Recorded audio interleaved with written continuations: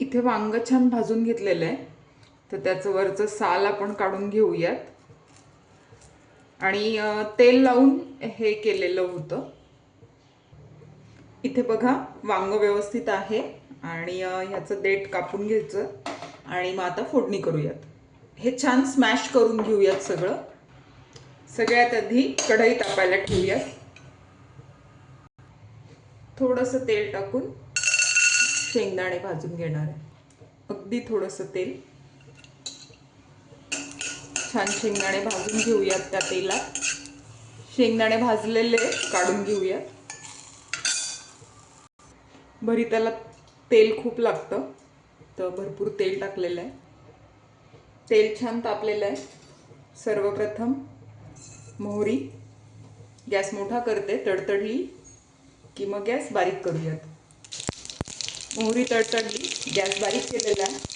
त्यानंतर जिरे, लगेचच हिंग, त्यानंतर थोडंसं कापलेली मिरची आणि लसूण जो ठेचून घेतलेला आहे ते थोडंसं परतलं. थोडासा कढीपत्ता,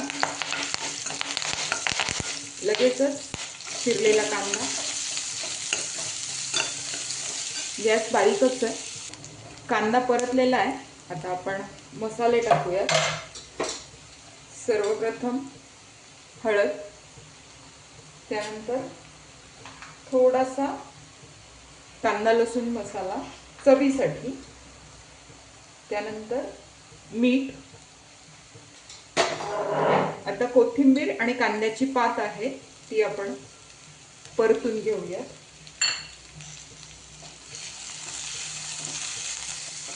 हे छान परतलं गेलेलं आहे. आता मगाशी जे वांग भाजलेलं होतं हे मोठं वांग आहे, हिरव्या रंगाचं, जळगावी वांग म्हणतात ते. ह्याच्यात बिया जास्त असतात. तर हे ठेचून म्हणजे स्मॅश करून घेतलेलं आहे.